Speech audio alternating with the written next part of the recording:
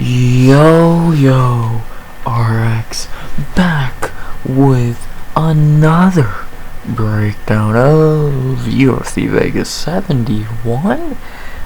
Pavlovich versus Blaydes 71. Jesus. I think the first UFC Vegas I did was like 20, 30. So the fact we're already at 71 is insane, but we back in the Apex, sadly. But we actually got a good card for once in the Apex. So not much more to really say. Please like, comment, sub, 100 subs by the end of the year. As always, we'll talk about some fights. Like I said, we got an interesting 12-fight card. Sadly, we did lose Song Yerdong and Ricky Simone to next week's card, which is now that main event, which that was English, which I'll break that down next week. And besides that, we've really lost nothing. So we've only lost 3 fights, and at least the one we did lose recently was turned into a main event for next week, which actually made that card pretty good. So, but enough about that. What fights do we have on this 12-fight card? Well, let's break them down. We begin at bantamweight with an interesting fight that I think is a great opener to the card.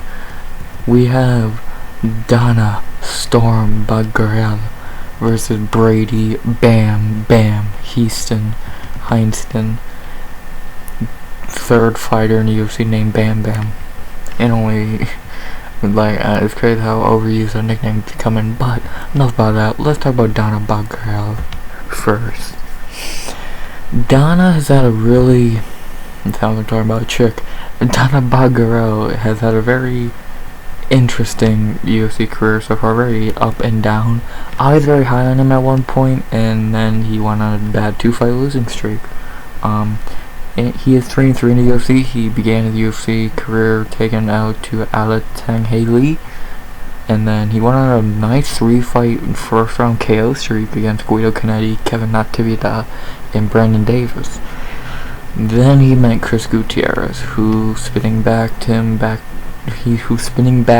handed him to hell. There we go. Which, okay. Chris Gutierrez is pretty good. He didn't show it last week, but overall Chris Gutierrez is really good. Then he fought Kung Ho Kang. What the fuck happened? Why did Danaa look like shit? I don't really remember this fight. Sorry if that was loud. But I remember Danaa looking like trash in this fight, dog. It's weird how bad he looked. Sorry, if you hear typing, I'm trying. But yeah, he looked terrible in this fight. I don't get why. I thought it should have been a great bounce back fight for him, and he got dominated. It was not even, usually even in a loss, Danaa has a fun fight. He looked terrible and got fucking destroyed, man. So, I don't know, he looked bad. He looked really fucking bad. From what I remember, I could be remembering it wrong, but I don't think I am. I'm pretty sure. From what I remember, Danaa looked like shit. So, yeah, against Kung Ho Kang.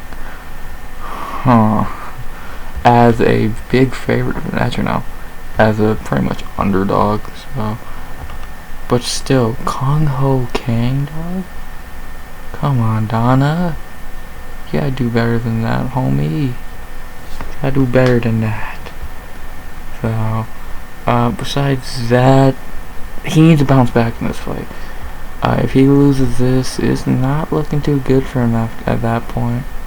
That'd be 3 in a row, and he's just going down in competition more and more. Gutierrez, huge step up in competition. Losing that, okay. Kung Ho Kang, huge step down. Brady Hiestand, now I think a step up from Kang, but he needs this win. The dude is talented, his striking is good, he's very powerful. But then we have fights like the Kang fight, which don't show that. So he is 33 years old, and I think he did get a little too full of him. No, I don't want to say full of himself, but too high on his first round KOs of, let's be honest, cans. Like Guido Canetti, Natividad, and Brandon Davis are cans, but I don't know. It's way breaking down Danaa because he is good. His striking is good. He's very powerful. Then you have problems because, like I said, you have the Kang fight, which he just got schooled, bruh. It's weird. It's fucking weird. Maybe that was just an off night, but we'll see. As we move on to his opponent, Brady Hiestand, who is getting better. 23 years old, and is 1-0 in the UFC, coming off a Tough. On Tough, he did win both his fights, going and did make it to the finale. On Tough, I think he looked fine. I think, if I remember his first fight against Josh, I don't think he looked too good. But then I remember in his second fight against Vince, he just dominated. He looked great. He's decent. He has good wrestling. His striking's okay, but mainly it's his wrestling, from what I remember, is his main strength. And yeah, he's not bad. He's like not bad. In the Ricky Torcios fight, he looked good. He put up a war and could have won either way. Great fight. Then he comes back about a year later and looks pretty good against Fernie Garcia. So I think the kid is getting better. He has had a better UFC run since Tough than Ricky Torcios, without saying much. Yeah, but I think Brady's good. This is a huge step up in competition, because Fernie Garcia is kind of trash. But yeah, this is a huge step up for Brady, and he's gonna need to work for this win, man. It's not gonna be as easy as Fernie. And he looked good in that Fernie fight, from what I remember. But now he needs to really put it all together. This is probably the best fighter he's fought in his career so far. So he's gonna need to put it all together here. His striking is gonna need to be good. Gonna need to keep his wrestling in his back pocket. This could go either way. I'm very excited for this fight. Battle of a young bandweight who's trying to make a name for himself, and a guy who's been in the division a minute and needs a win badly, or he's probably gonna get cut. Like, if Danaa looks bad in this fight and loses, he's gonna get cut. And if he can knock Brady off, he's right back in there. And it's not really a bad hit for Brady. It could be like a Rosa kind of situation where this could be kind of decent for Brady. Kind of a good thing for Brady to a point. So the betting odds for the fight have Danaa -175 to +150. I disagree. I think Danaa should probably be a favorite, but -175 is a little much. I would probably move him down to about a 125, 120. Very small favorite, still favorite because he has proven and shown more. But I don't think 175, especially on a 2-fight losing streak, coming off a bad performance. How do I think this fight goes? I think it goes one of 3 ways. And I know that sounds stupid, but I'll actually give a prediction in a second. It goes one of 3 ways. Either Danaa KOs Brady in the first, Danaa just takes him to school for 15 minutes, or Brady just fights a good fight and wins. Keeps him down, makes him work, gasses him out, and wins. Which one of those 3 things do I think is going to happen? I'm going Brady Hiestand. I think Brady's going to be able to mix it up enough to keep Danaa guessing. And I think I could see Danaa throwing a punch, Brady slipping under, getting a nice takedown. Then against the fence, a trip. In the clinch, all that shit. I think Brady's gonna have a good performance here. I think he's gonna show that he is good. Like, he is good. And I hate to pick against Danaa here, because I was high on him, but now looking at how everything has went for him since since he moved up in competition. He's not very good. He's not very good. Maybe he is. Maybe he did have bad point. I don't know. It's weird because he went from first round dominator to now 2-fight losing streak could be cut. Again, I'll say this: Brady's definitely a step up from guys like Guido Navtivida. So could Danaa knock him out in the first? We'll see. I don't know. I think that's the one good thing about this fight. I think this fight's a lot closer than people like to think because, like I said, wrestling, striking. I don't know. I'm gonna stop rambling about this fight. I am going Brady Hiestand in this fight. I think he gets the W, and I am going Brady Hiestand by decision. I think he's gonna be able to work Danaa. Maybe if he's not gassed late, maybe Brady can get a finish. But I think he's just gonna get another decision win here. And I'm going Brady Hiestand by decision. Should be a good one. I'm very excited. Great way to begin the card. And after that, we move on to a fight that probably is gonna be fucking insane. As we have Priscila, Zombie Girl, Cachoeira versus Karine, Killer Silva. This should be. We got the Zombie Girl versus a Killer. And I think that speaks for itself. Let's talk about Cachoeira. I think we all know Cachoeira by now. Been in the UFC a long time. Usually has fun fights. Is a fucking cheating bitch. Yeah, all the full 9 yards. She is 4-4. She only had 8 fights. She is 4-4 in the UFC. Her 4, well, really 3-5. Her 3 wins are Shanna Dobson, Gina Mazzani, and Ariane Lipsky, all first round, all finishes. Her losses are Valentina Shevchenko, hell of a debut. Maya McCann, Luana Carolina, I'm shocked she didn't get cut, losing 3 in a row. Jillian Robertson and Ji Yeon Kim, she lost that fight, fuck you. Cachoeira is a fun fighter, but she's not very good. She'll bring a fight, but if she's fighting someone who's actually technically decent, she'll lose. Shevchenko, Ji Yeon Kim, Jillian Robertson. Cachoeira will beat the shitty fighters like Dobson and Mazzani, but she's not gonna beat girls like fucking Jillian and Valentina, it seems.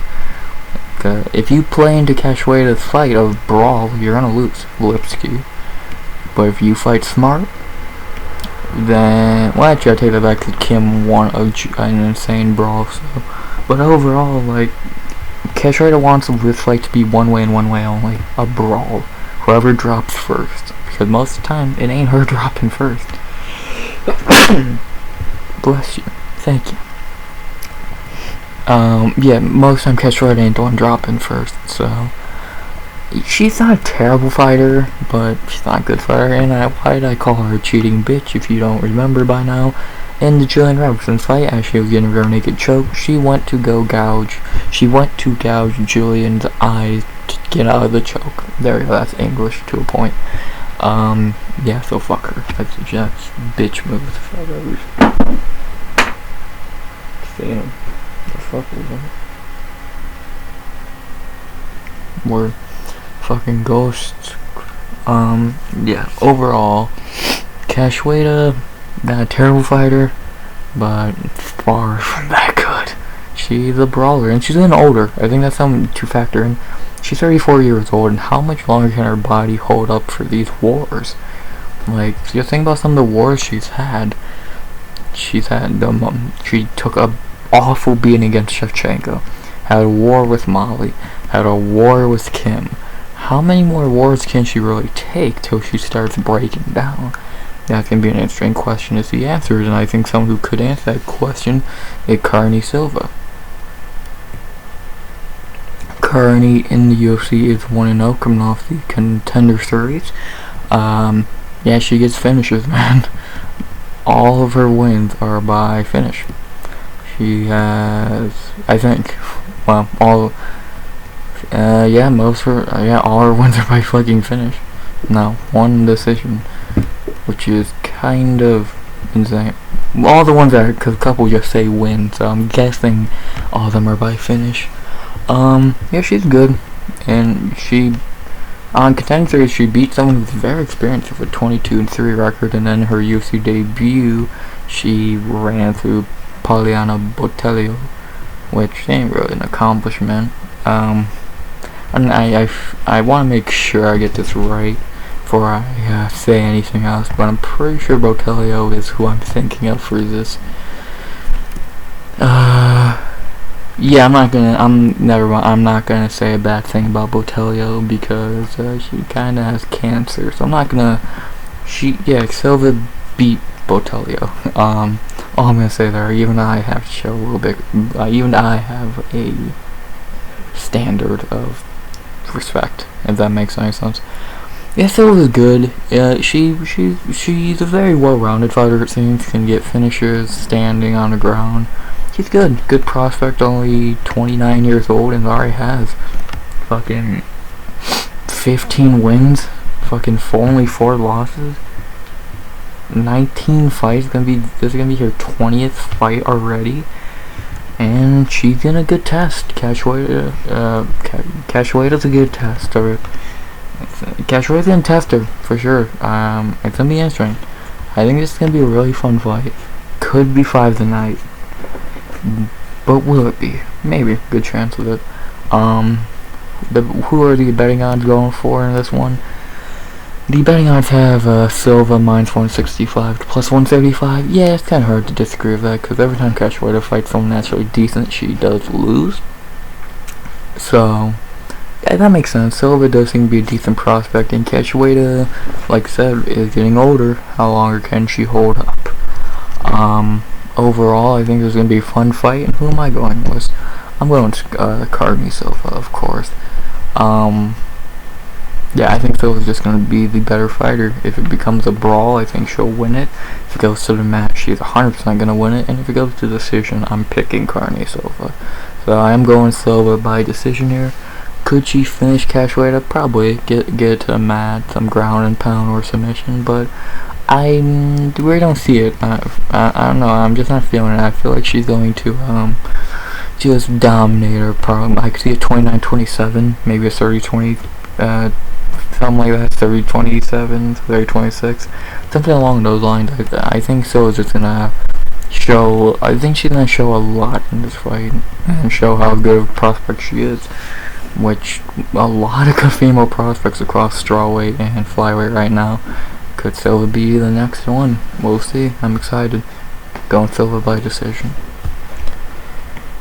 After that, a pretty decent fight between some decent prospects. I mean, one's a good prospect, the other one not so much. We have Francis Fire Marshall versus William Jagger Gomis. Fun fight. Let's talk about Francis Marshall, man. Francis Marshall, I think, is a really good prospect. Looking really good in the UFC so far, coming off Contender Series, having a great performance against Connor Matthews, and then in his UFC debut, that vicious knockout of Marcelo Rojo, as you should. The one flaw in that Rojo fight, he did kind of get punched a good amount of times, but he got knocked out at the end, and overall, he's looking good. Yeah, he has holes in his game. Dude is only 24 years old. He's only had 7 fights. It's going to be his 8th fight. So there's no shocker that he's not a flawless fighter. But overall, he seems to be very powerful. He's really good on the ground. And the only thing, and the gas tank seems good. His gas tank seems to be pretty decent from what I remember in the Contender Series fight. So I think he's a really good prospect. It is featherweight, right? It's not bantamweight. Yeah, featherweight. It's decent. He's gonna get a lot better for him to contend with even the lower, like, non-ranked featherweights.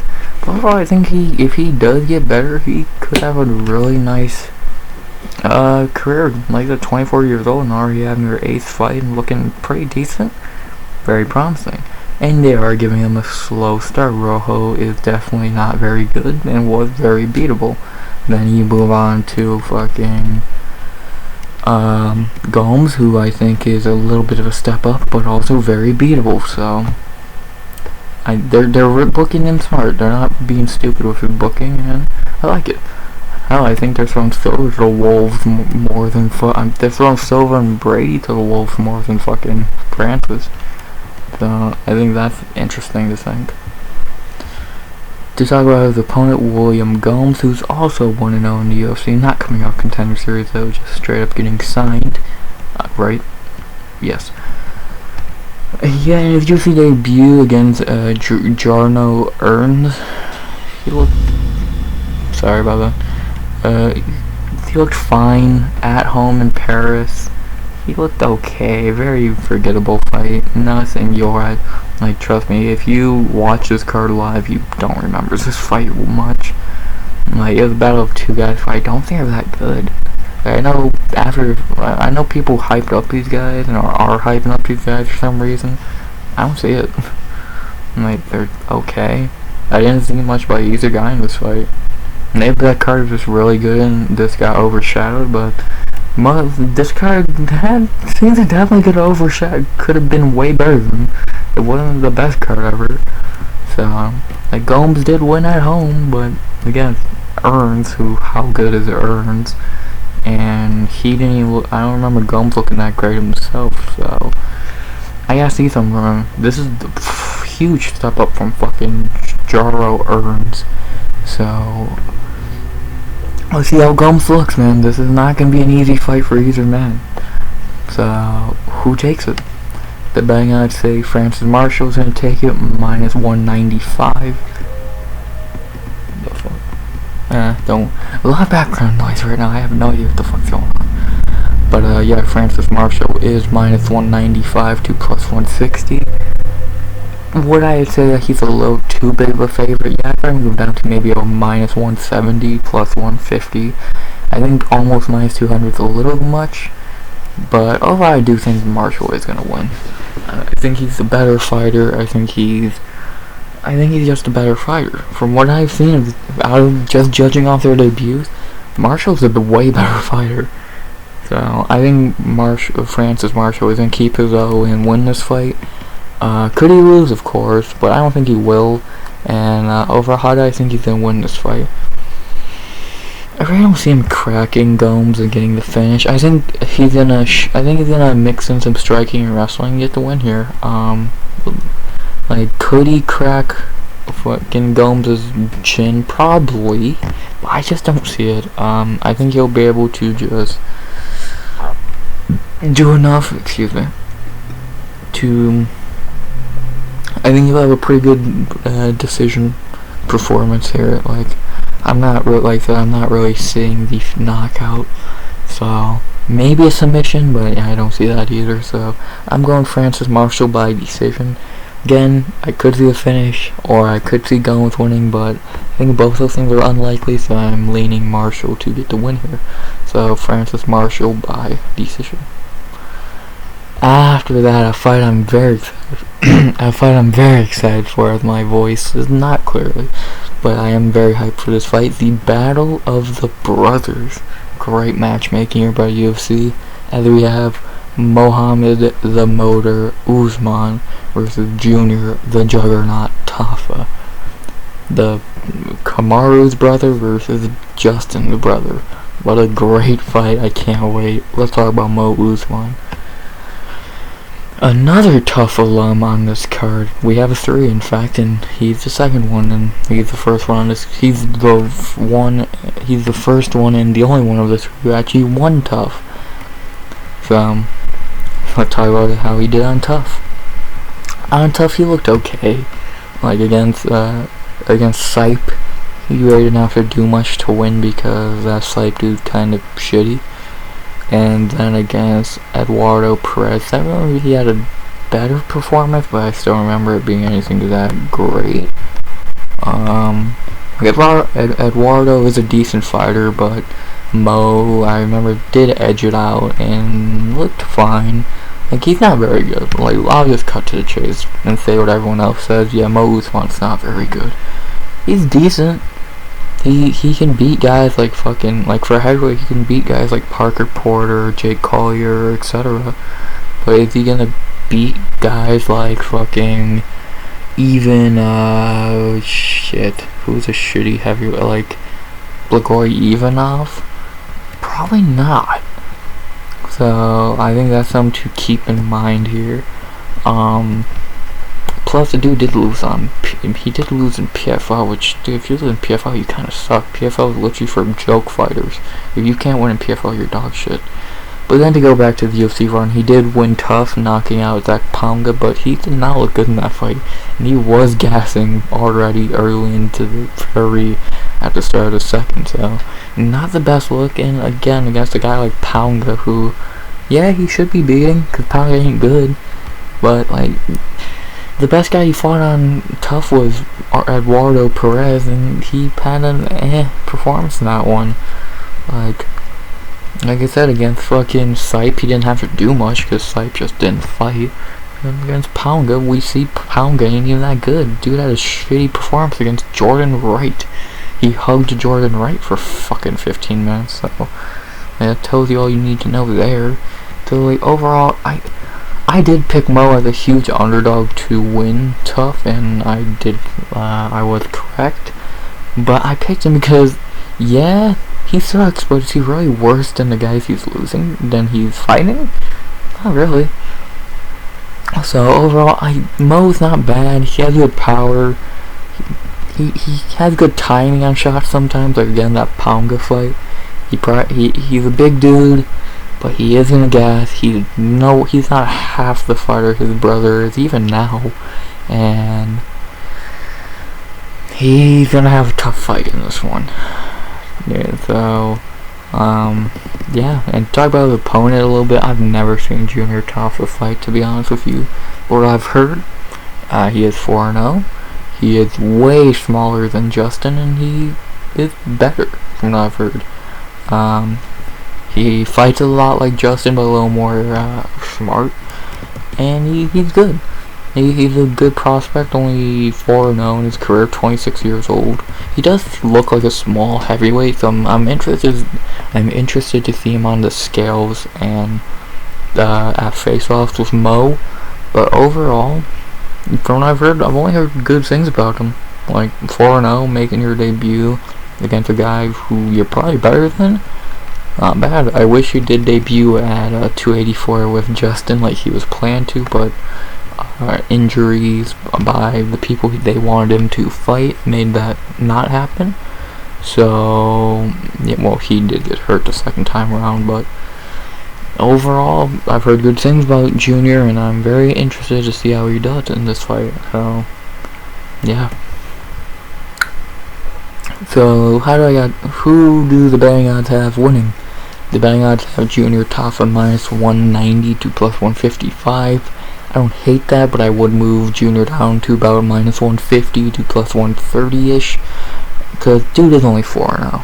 Like, Mo might be the shittier fighter, but he's way more experienced. He looks like a bigger dude. And he's already had, he has the better brother to give him, like, tips and all that. But I don't think that that's going to help much, because I am going Junior Tafa. I think Junior is going to be able to win this fight, and I think he's going to do it the way a Tafa wins every fight, by knockout. Will Junior Tafa by knockout in the first. I think he's going to clip him. I think Mo's going to not be able to luck his way through this fight like he did with Zach. I think Junior is going to tag him and send him to sleep. So I am going Junior Tafa by knockout in the first. I'm excited for this fight. I don't know how you couldn't be. The Battle of the Brothers. That'd be fun.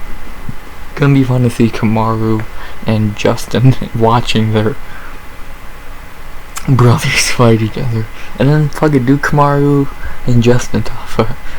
Oh, I'm taking Kamaru to win that, even with him being old and washed. So, overall, I'm going Junior Tafa by knockout in the first. I think he gets it done.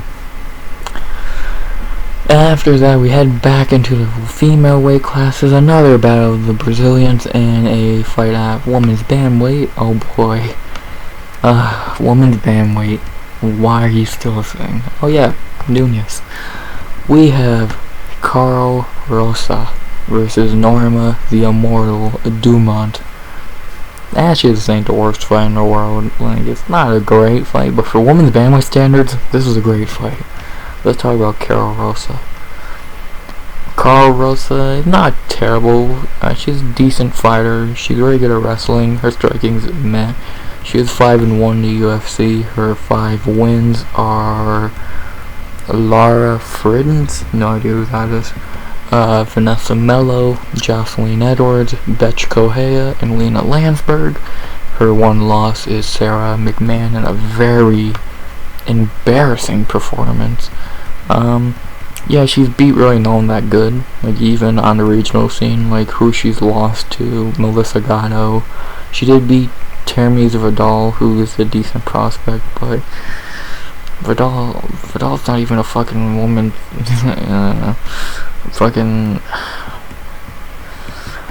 I've never saw much of Rosa, to be honest. Like, she's not a bad fighter, but she's just a wrestler. Like, and again, look at who she's beating in the UFC. Lara Friends, who? By split decision. Vanessa Mello, who sucks. Jocelyn Edwards, who's not very good. 2021 Cachoeira, so naturally I don't know why I said it like that. Any year Cachoeira sucks. And a 2022 Lena Landsberg. And then you got dominated by Sarah McMahon. That's bad luck. In 2022, she got dominated by Sarah McMahon, who's about to fight on Bellator tomorrow. Well, tonight, Friday night. So, like, this is the best. Norma is easily the best fighter Rosa has fought in the UFC, and that's a bad thing, because even against shitty fighters, she ain't looking good. Like I said, split decision. Like, the best fighter she's fought in the UFC, she lost to Sarah McMahon.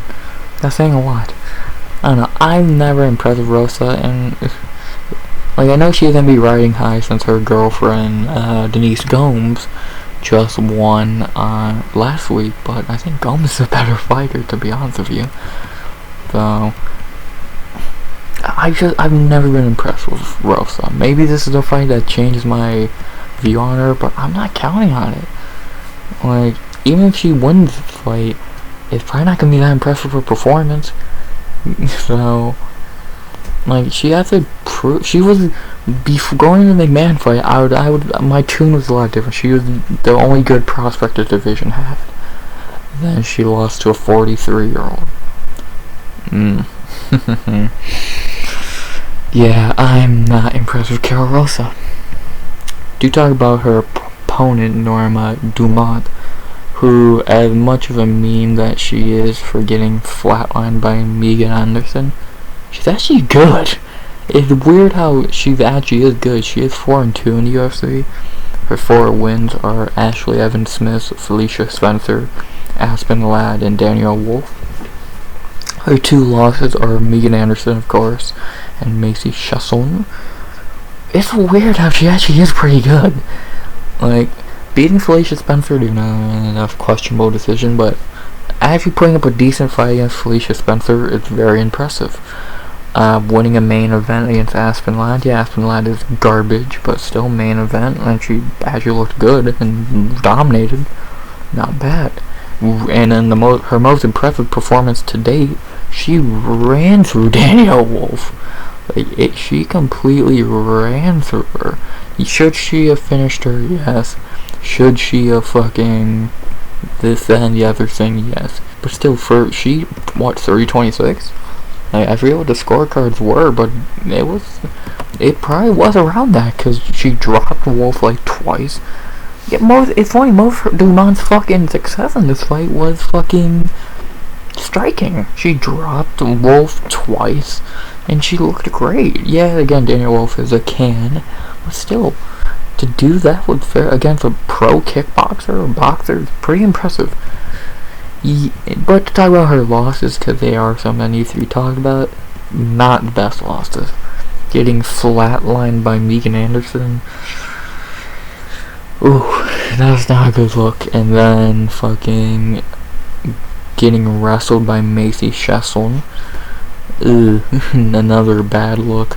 You know, she could have won that fight. Macy was not a little bitch and actually wanted to fight and not hug her.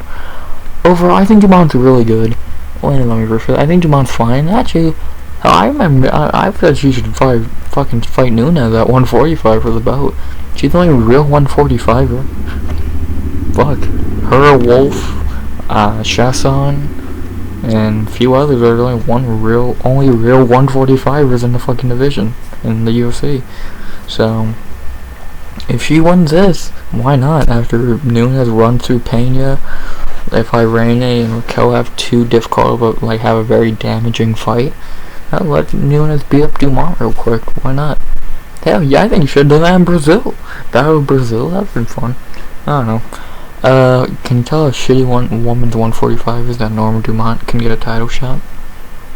Yeah. The bang odds for this fight have Rosas minus 150 to plus 115. I disagree. Should she be the favorite? I guess if you're going off Dumont did get wrestle fucked by Macy Chasson. But still 150? Dude, I'd have Rosa like minus 120 to 110 the smallest favorite you can get. Cause who's looked better? Who has better wins? Dumont is the answer to both those questions, I think. She's just the better fighter and has better wins, and usually I pick Dumont as a joke. I'm really picking Dumont to win this one. She should win this one, I think. If she can just stuff takedowns or get up or fucking keep on her feet, she should win. She's getting better. Dude, that Wolf fight was her best performance to date. Yeah, she's getting 32 years old, but fuck. She's getting better. I am going Norma Dumont to win this one. And I am going Norma Dumont by decision. I think she should win this fight. Until Rosa actually impresses me. I can't pick her against a real fighter. I'll be honest, I did pick Lena Landsberg to beat her. That was me being a dumb fuck. Dumont's actually good. And I'm going Norma Dumont to win this one by decision. Should be an interesting one. Then we'll change a little bit of the women's bantamweight division. So, Norma Dumont by decision. After that, we head back to bantamweight for a fight that's alright. We got Rani, Yahya versus Montel, Quilk, Jackson. Yeah, it's that fight. I think Danaa's a better fight. But I guess let's talk about Rani Yahya.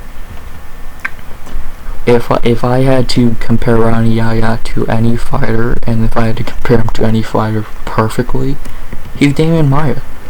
He's just shorter, shittier Damian Maia. He's 13-4-1-1 in the UFC. Not gonna go over all his wins, of course, but his main wins, does this guy beat anyone good? In WEC, he beat Eddie Wineland, Mike Brown in the UFC, that's about it. Our boy Kung Ho Kang in his last fight 2 years ago. His losses are actually guys you're not shocked he's losing to, kind of. He lost to Chad Mendez, he lost to Joe B, Joseph Benavidez, Takeya Mizugaki, Joe Soto, Ricky Simone he's actually on a 2-fight winning streak. Yeah, like the Rani Yahya is literally just fucking Damian Maia. If you go to the ground with him, you might be fucked. If you're on the feet with him, no, you're actually gonna probably win. It's crazy he's only been KO'd twice. He was submitted? Who the fuck submitted him? Yeah, he's an okay fighter. He's getting older, he is 38 years old. And he's had a long career, man. The UFC tried to feed him to Cody Garbrandt, that didn't work. And now they're giving him to Montel Jackson. Yeah, I'll just be honest with you, if he wins this fight, he got to the ground and he subbed him. Because that's the only way he wins this fight. Or he just lays on him for 15 minutes. So, I'll keep it short and sweet in that way.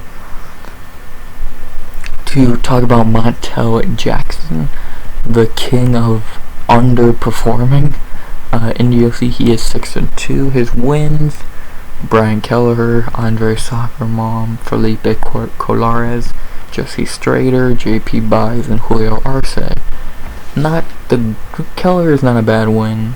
Besides that, you're beating pretty underwhelming guys.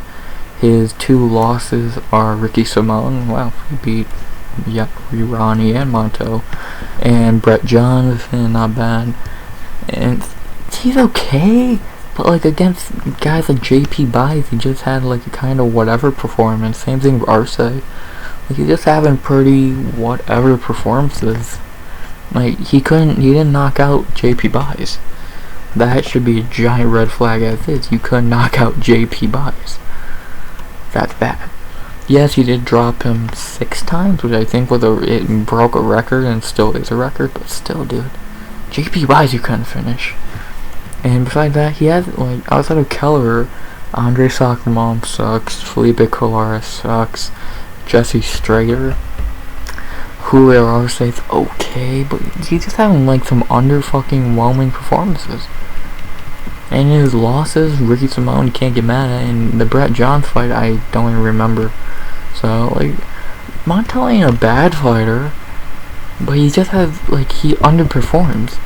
Like, he'll win, and clearly in the JP fight, but you just feel like, You just feel like, yeah, that happened. I couldn't done anything else with my time besides watch that fight. Like, that's how you feel, to be honest.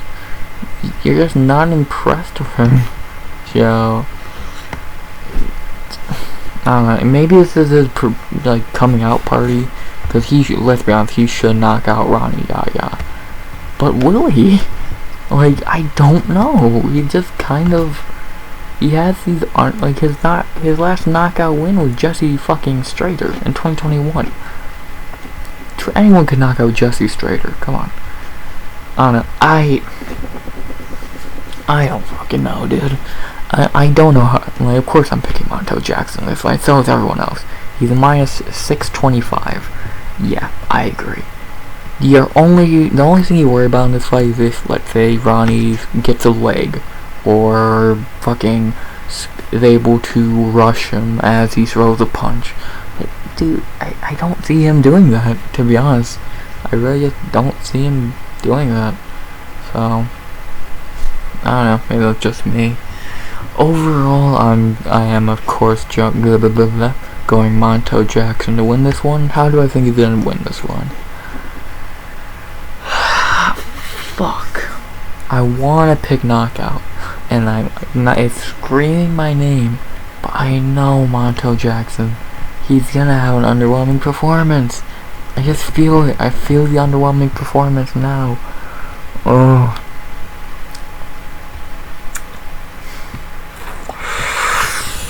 Fuck it, I'm going knockout.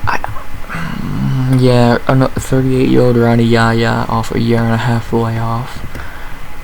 I'm going Montel Jack. If you don't knock out Rani Yahya, dude, you're fucking garbage.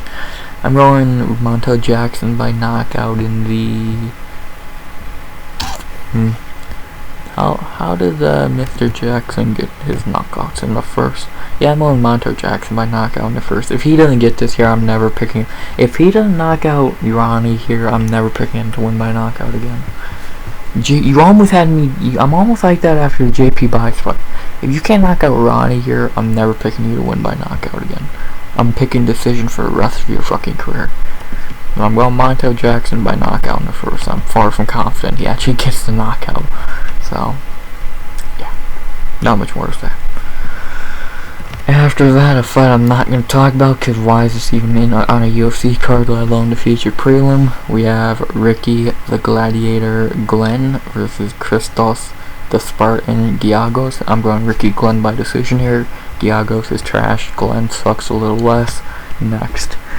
And that was the prelims. Pretty decent prelims. Dumont, Usman, Marshall, Cachoeira, Hiestand. That's a good prelims. Now we move on to a pretty good main card. Even without fucking Song Yadong, this is still a great card. And we begin with a fight I'm so hyped for and I cannot wait for. As we have Jeremiah Wells versus Matthew Semi the Jedi Semelsberger. This is a banger, I can't wait. Let's talk about Jeremiah Wells.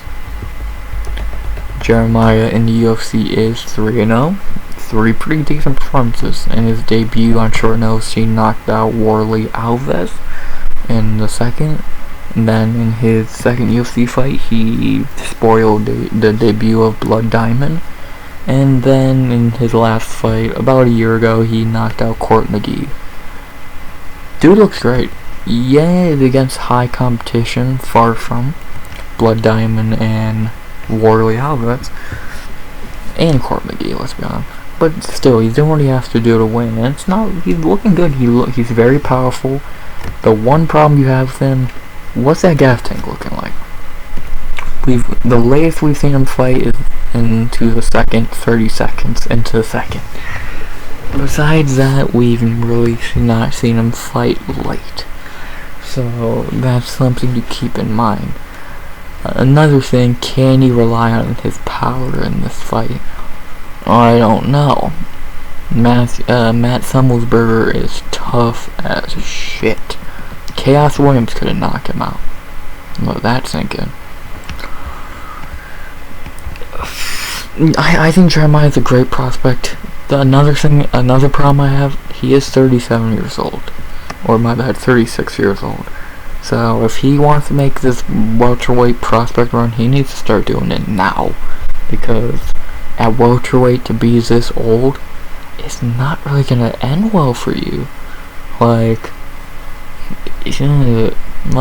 Yeah, against Court McGee and Blood Diamond, you'll look good. But how are you going to look against Semi the Jedi? I'm intrigued. I think Jeremiah is a great prospect, and I'm very excited to see him back. I'm very happy he is finally back in such a great fight. To talk about his opponent, Matthew Semelsberger, a guy who I think is criminally underrated. He's good. If what I just said didn't tell you that, he's very good. In the UFC, he is 5-2. His wins, Carlton minus Jason Witt, Martin Sano, AJ Fletcher, and Jake Matthews. His losses, Cass Williams and Alex Morono. His wins come down to he's just a better striker, and he knocks you out. He knocked out Witt in 16 seconds. He knocked out Sano in 15 seconds. And his last 2 wins, he showed he could go the full 15. He's a very well-rounded fighter.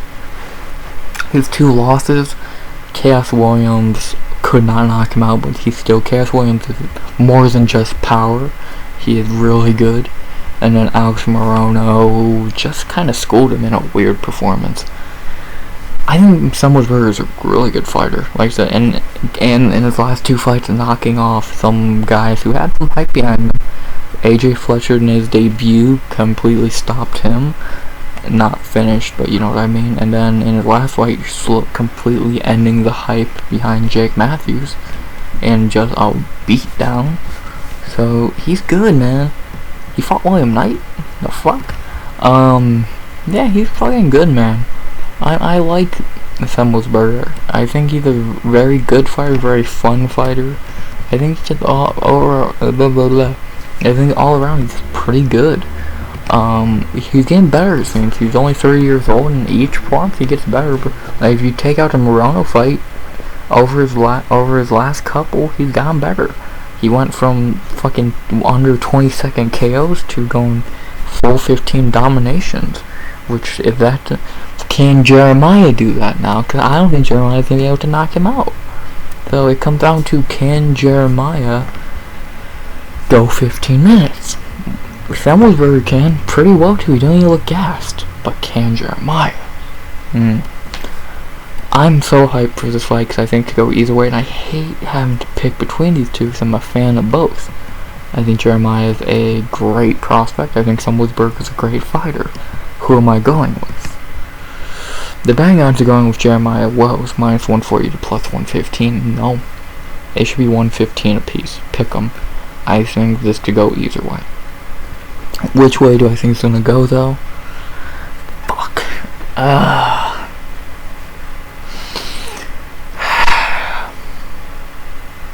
I'm going Semelsberger. I think he's going to be able to survive the power of Wells. Sorry about that. I think he's going to be able to survive the power and make it to the end. I think he's going to be able to gas him out and win. Maybe a finish late, but I doubt it. I'm excited though. I'm very fucking excited. And I think this is an amazing main card opener. Should be in an arena, not a fucking Apex. But yeah, I am going Semelsberger. I think he's going to be able to do what he has to do to get the win here. And I am going Semi the Jedi by decision. Either way, I don't think I'm either English. No matter which way this goes, I'm not going to be disappointed though. Because like I said, I like both. So I'm going Semi the Jedi by decision. I cannot wait. After that, not gonna spend much time on this one because it's a pretty easy fight to predict. We have Iasmin Lucindo versus Brogan the Bear Walker. Let's talk about Iasmin Lucindo. Iasmin, an amazing prospect, only 21 years old, coming off that amazing fight with Yahya. She's good. Like, that's all I gotta say. She's an amazing fighter, and she already has a shit ton of fights. Fucking 13-5. Jesus Christ. Like, yeah, she's great. Her and Yasmin are two future top ranked fucking strawweights. There's not much more to say, man. And if I need to tell you that you did not watch her fight with Yasmin, as you should, go watch their fight with Yasmin. Go watch Yasmin versus Yasmin now, if you missed it. Because they're great. Nothing more. I don't even want to say anything else about Yasmin. That's all you need to know. To talk about her opponent, Brogan Walker, I'm not as kind to her as I am with Usman. 1 second. Sorry, I spit because I'm fucking stupid. My bad. To talk about her, talk about Brogan Walker. Yeah, I'm not gonna be as kind. Yeah, she did go all the way on tough, but she did lose tough. She did beat Hannah Guy and Laura Gallardo, but we're not the most impressive performances. And then in the finale, Juliana Miller completely looked like Khabib and dominated her. Yeah, I'm not very high on Brogan Walker, and when that Juliana Miller loss, it went from okay, you can't get mad at it to oof. Like, that's not a good look, man. Losing to Juliana Miller is not a great look right now. And I just looked at I didn't know if she beat Miranda Maverick. That's pretty fucking, that's a good one. But that was a 3-0 Miranda Maverick. Yeah, I have very little good to say about Brogan Walker. The betting odds for this fight have Iasmin -300 to +230. I would have Iasmin 500. Like, I'd have her Montel Jackson odds because she should win this fight. And she's in fact my lock of the night. Yeah, I think Iasmin's gonna win this easily. I mean easily. She's just a better fighter. She might be younger, but she actually has more fucking experience, and she's just a better fighter, like I said. So my pick for this is Iasmin Lucindo. If she can keep it on the feet and just outstrike Brogan, like she will if it's on the feet, she's gonna win. So I'm going Iasmin Lucindo by decision, my lock of the night. She should win this pretty easily. If you took Yasmin Halagui to her limits, you're gonna beat Brogan Walker. So Iasmin Lucindo by decision. After that, a fight that should be the co-main, but you know, UFC's stupid. We have Bobby King Green versus Jared Patty's daddy Gordon. Actually, I'm not even talking about Bobby Green. If you don't know Bobby Green by now, what tree are you living under, my guy? It's Bobby motherfucking Green, dog. It's Bobby Green. We know what we're getting. We're getting the real BMF. Fought Islam on fucking a week notice. He's just a bad motherfucker, dog. He does not care. He beats Nasser Hakparas, and a week and a half later he's fighting Islam Makhachev. Dude, he does not give a fuck. And then he was piecing up Drew Dober. He's actually good. And he's him, dog. Bobby Green is him. I've heard rumors he is gonna retire after this one, but I think that's bullshit. He's gonna keep going, bro, because he's Bobby Green. and he's a dog. So nothing more to say. Bobby Green's a killer. To talk about his opponent, Jared Gordon, we all know Jared Gordon by now, which is weird to say, for beating Paddy Pimblett. In the UFC, he is 8-4. His best win, his other wins outside of Paddy are Danny Chavez, Leonardo Santos. All his 4 losses: Diego Ferreira, Joaquin Silva, Charles Oliveira, and Grant Dawson. You're not mad at the last 2 losses. Dawson and Charlie Olives are Charlie Oliveira. Oh yeah, he beat Joe Slucky also. Yeah, Gordon's okay. Like, he's not good though. Like, yeah, he beat Paddy Pimblett. Paddy Pimblett's fucking terrible, so. Yeah. The betting odds for this fight have Bobby Green minus 285 to plus 225, of course. Bobby Green's gonna win this fight. He's just a better fighter. Yeah, Gordon beat Paddy, but he ain't beating Bobby Green. It's simple as that. So I am going Bobby Green by decision here. If this is the last dance of a legend, let's go out on a W, baby. Bobby Green by decision. Nothing more. I don't even want to say anything else. Bobby Green, bitch. Let's go. After that, the somehow co-main event of the evening. A pretty shitty fight, to be honest. We have Brad Tavares versus Bruno Bellardado Silva. Let's talk about Brad Tavares? Question mark. Yeah, Brad Tavares is still in the UFC somehow. He is 14-7 in the UFC. Damn, this motherfucker been in the UFC forever. His notable wins are let me look down this fucking list, this fucking novel of names.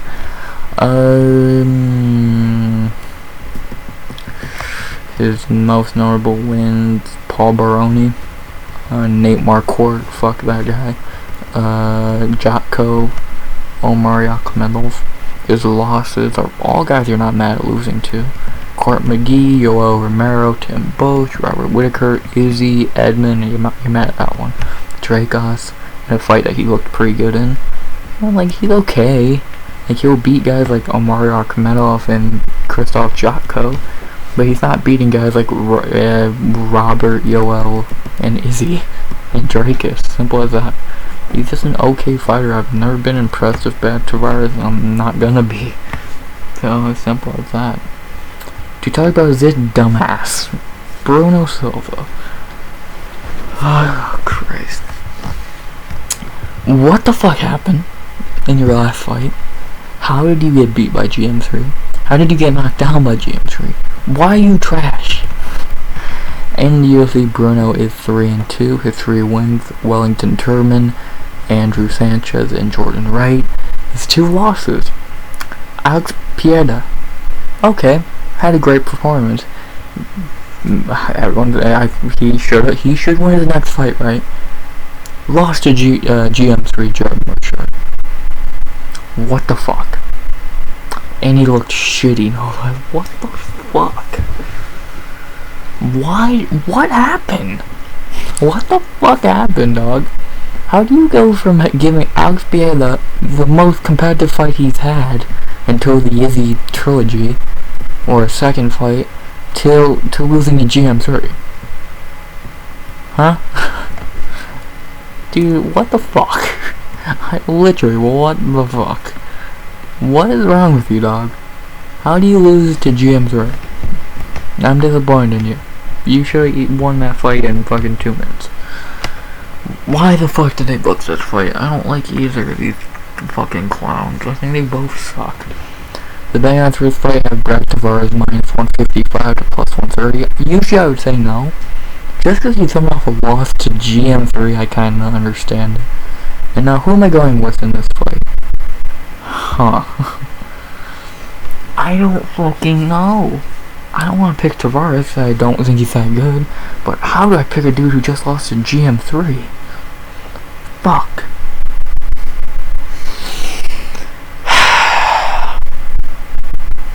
Fuck. I'm going Silva, man. I just don't feel confident in Tavares. Every time he fights a dude who's even kinda decent, he loses. And as shitty as Silva is, I'll play devil's advocate. He had a bad night against GMT. If he loses this, he's getting cut. I don't care what the fuck. If he loses this, get cut. But I'm gonna play devil's advocate. I'm going to pick Bruno Silva. Fuck if you think I'm confident. But I can't, I just don't feel safe picking Tavares in this one. Yes, he gave Dracus a fight, but dude, Dracus is gassed after 2 minutes. Yes, he beat shitty fighters. But dude has literally been a legendary stepping stone for actual good fighters. Whitaker, Yoel, Izzy, Dracus.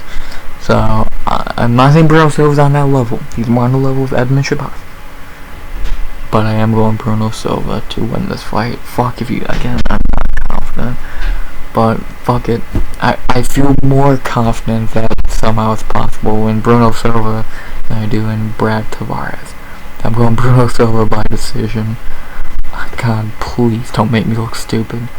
Please. You already made everyone look stupid in your last fight. Don't do it here. Bruno Silva by decision? Question mark?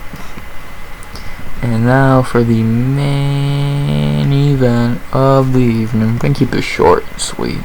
We have Sergei Pavlovich versus Curtis Razor Blaydes. Yeah, Sergei's gonna win in round 1. Nothing more to say. Go bet on Sergei. Go bet on Sergei Pavlovich. He's the underdog somehow. Go bet on him. He's gonna win. Knockout in the first. Blaydes ain't very good. Yes, he beat Christos and Jairzinho Rosenstrike. He did not beat Tom Aspinall. That should be erased from the record books. Sergei Pavlovich knockout in the first. Nothing more to say. Well, that's the card. Decent. Actually, for an Apex card, this is amazing. For a card all around, it's not bad. To go over my picks one more time: Brady Hiestand by decision, Karine Silva by decision, Francis Marshall by decision, Junior Tafa by knockout in the first, Norma Dumont by decision, Montel Jackson by knockout in the first, Ricky Glenn by decision, Matt Semelsberger by decision, Yahya Lucindo lock of the night by decision, Bobby Green by decision, Bruno Silva by decision, and Sergei Pavlovich by knockout in the first. Overall, pretty good card. Should not be in the Apex. And yeah, why Sergei Pavlovich the underdog? Nothing more to say besides you'll hear from me again Sunday 1 PM EST for a recap of this card. And then you'll hear from me next week for a breakdown on the UFC at the same time for a breakdown of UFC Vegas 72 Yadong versus Simone. I should probably say Song versus Simone. That card's okay. It's fucking so carried by the main event, it's kinda sickening. But yeah, and then we head into UFC 288, which just got Gilbert and Bilal booked on it. So thank you, Gilbert, for saving that card and for beating Bilal. Let's just say that now. But that's for 2 weeks. Right now, we're talking about Pavlovich beating Blaydes because he's gone. So, overall, hope you enjoyed the video. Please like, comment, sub. 100 subs by the end of the year. I don't think I'm forgetting to say anything. No, yeah, I said everything. So, besides this, as always, RX.